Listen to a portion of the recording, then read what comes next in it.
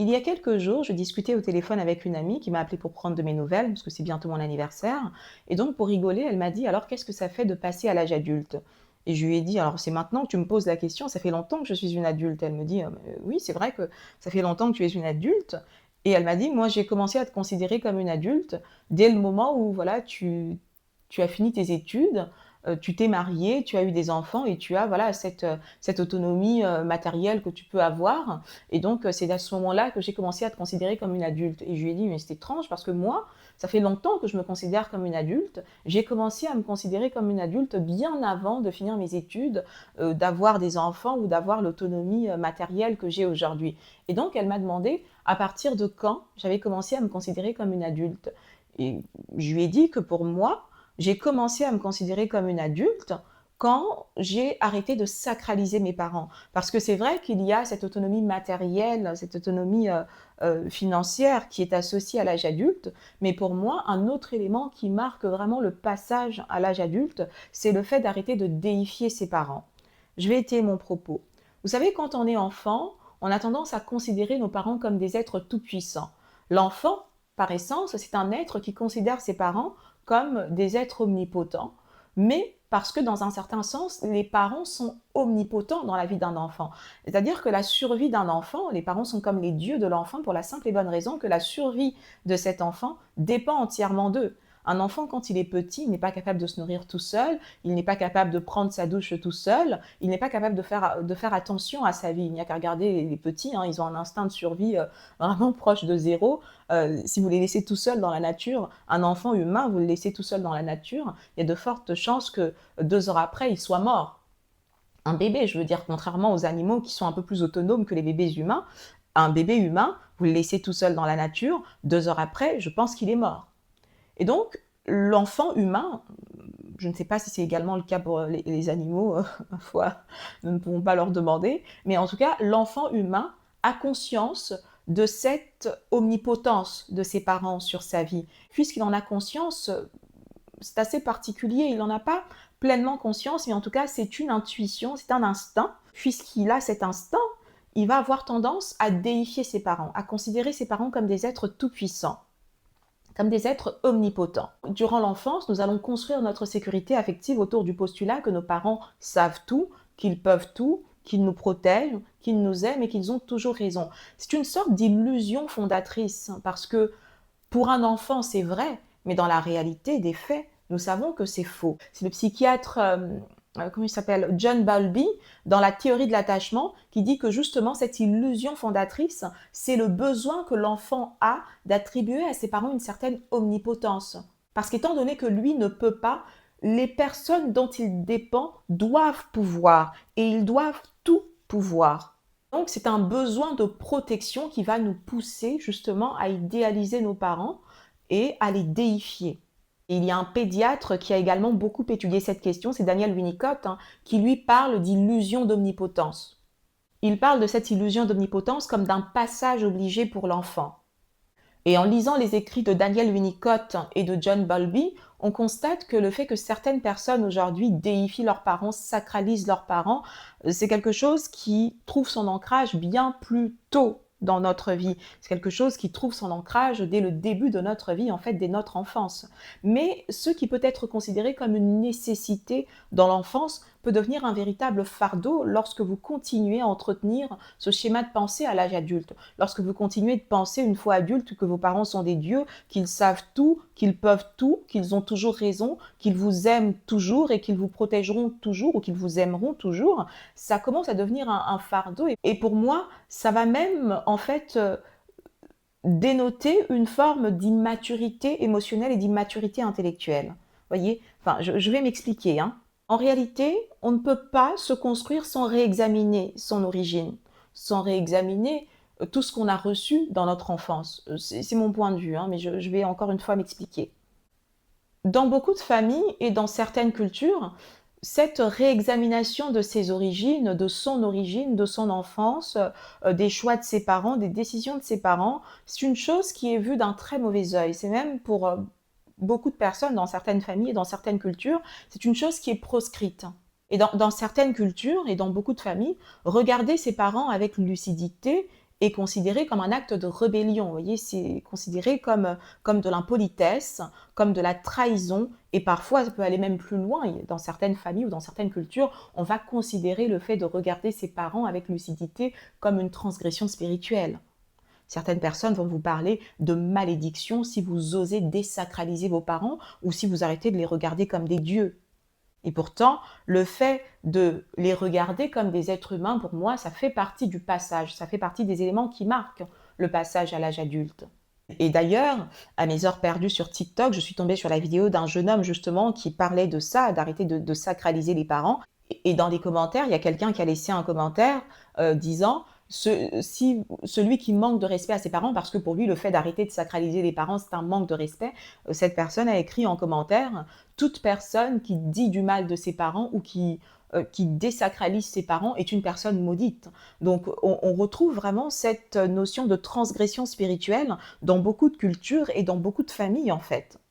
Ce qui finalement va contribuer à instaurer une peur, une sorte de tabou qui ne va pas être qui ne va pas être que spirituel, vous voyez, mais qui va être vraiment structurel et symbolique.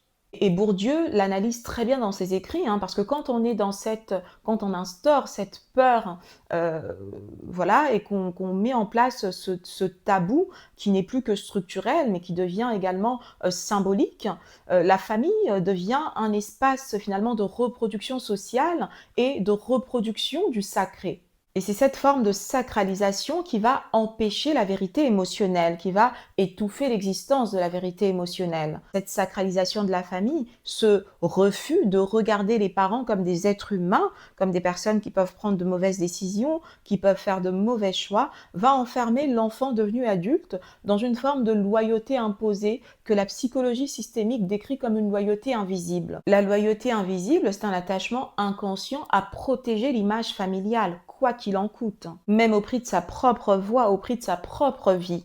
C'est-à-dire qu'il y a des gens qui vont constater que ce qu'ils sont aujourd'hui est le résultat de ce qu'ils ont vécu dans l'enfance, mais comme cette vérité émotionnelle ne peut pas exister librement, comme il faut continuer de déifier les parents, comme il faut continuer de sacraliser les parents, ils vont sacrifier leur vie, ils vont taire leur voix, ils vont taire leurs émotions, et ils vont tout simplement continuer, voilà, de glorifier leurs parents, de sanctifier leurs parents, sans pour autant les tenir pour responsables de ce qu'ils ont pu faire et qui les a menés à ce qu'ils sont devenus.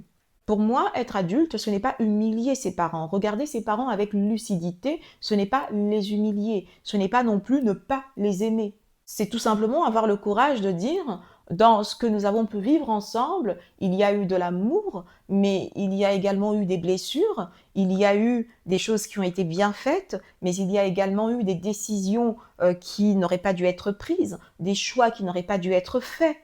Et être lucide sur le fait que tout ce qui a pu être fait, malgré tout l'amour, malgré toute l'attention, n'était peut-être pas suffisant. Ça ne veut pas dire qu'il faut juger, c'est tout simplement un constat. Voyez, et ce constat, pour moi, il marque le passage à l'âge adulte. Parce que c'est justement ce constat qui va vous permettre de ne pas vous inscrire dans un schéma de reproduction familiale.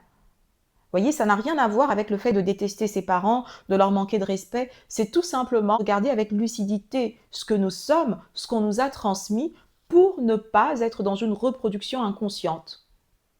C'est prendre conscience tout simplement de sa vie et de sa réalité. Je pense même qu'un parent émotionnellement mûr devrait être capable d'accepter que ses enfants le regardent avec lucidité. Il devrait même encourager ses enfants à le regarder avec lucidité. Parce que pour moi, un parent qui attend de ses enfants qu'il continue de le déifier même à l'âge de 30 ans, 25 ans, 35 ans, qu'il continue d'acquiescer, d'accéder à ses demandes sans jamais broncher, pour moi, ce parent-là n'est pas émotionnellement mûr. Il n'est pas émotionnellement stable lui-même. Parce que c'est ça une relation toxique. C'est un parent qui attend de vous que vous continuez de le déifier, même lorsque ses choix étaient mauvais, même lorsque ses décisions sont mauvaises. C'est un parent qui continue d'attendre de ses enfants qu'ils prennent ses conseils pour argent comptant, même lorsqu'ils ne sont pas éprouvés.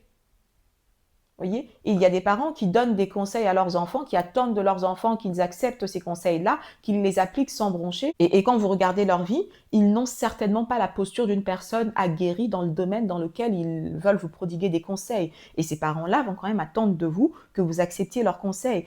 Il y a des parents qui ont fait de très mauvais mariages, mais qui vont se permettre de donner des conseils à leurs enfants sur le mariage, qui vont exiger de leurs enfants qu'ils appliquent leurs conseils. Il y a des parents qui sont très mauvais en affaires, hein, qui ont complètement détruit la destinée, comment dire, la destinée financière de la famille, mais qui vont quand même donner des conseils à leurs enfants sur les affaires, alors qu'ils savent très bien qu'ils sont mauvais en affaires. Et ces parents-là, si l'enfant a le courage de leur dire, écoute, je ne prendrai pas tes conseils parce que, à mon avis, ils ne sont pas bons, ils vont s'offusquer. Ils vont estimer que l'enfant est impoli. Ils vont estimer que l'enfant aurait dû prendre leurs conseils pour la simple et bonne raison qu'ils sont parents et que pour eux, le simple fait d'être parents leur donne une certaine omniscience et une omnipotence sur tout.